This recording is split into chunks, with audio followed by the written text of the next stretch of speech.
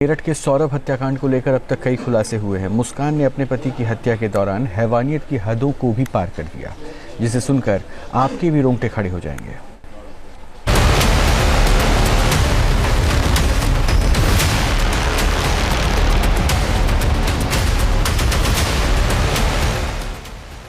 प्यार, धोखा और कत्ल के पीछे मुस्कान की खौफनाक और फुल प्रूफ प्लानिंग।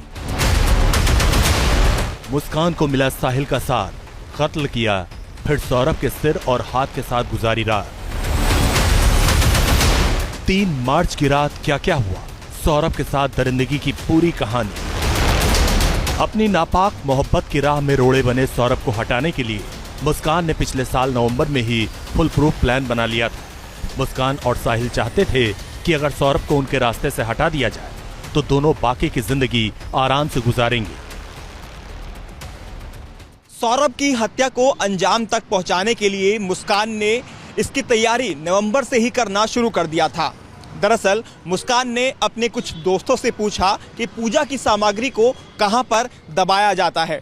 इसके साथ ही मुस्कान ने अपने कुछ और दोस्तों से ये भी पूछा कि जानवर के मरने के बाद उसे कहां पर दबाया जाता है। सौरभ लंदन की एक बेकरी में काम करता था। सौरभ को अपना पासपोर्ट रिन्यू कराना था।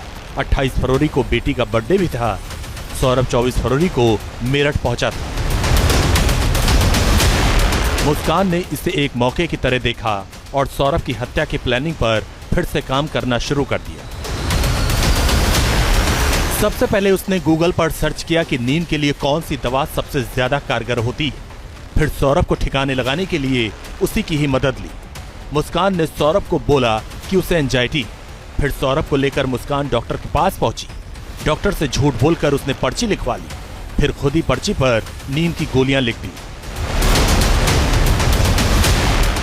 इतना सब कुछ करने के बाद मुस्कान अपने प्रेमी साहिल को साथ लेकर खैरनगर पहुंची, जहां एक मेडिकल दुकान से नींद की गोलियां खरीदी। घर लौटने के बाद मुस्कान ने मर्डर वेपन खरीदने की प्लानिंग शुरू कर दी। इसमें उसने अपने प्रेमी साहिल को भी शामिल किया। मुस्कान और साहिल शारदा रोड पहुंचे। एक चिकन दुकान से 800 रुपए के 2 चाकू खरीदे। मुस्कान ने 300 रुपए में एक उस्तरा भी खरीदा। शारदा रोड की ही एक दुकान से पॉली बैग खरीदे गए। 10 किलो ब्लीचिंग पाउडर भी एक दुकान से खरीदे।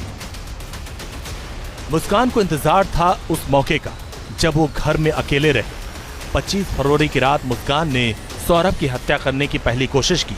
उसने शराब में नींद की गोलियां मिला दी, लेकिन सौरभ ने तबीयत खराब होने की बात कहकर शराब नहीं पी।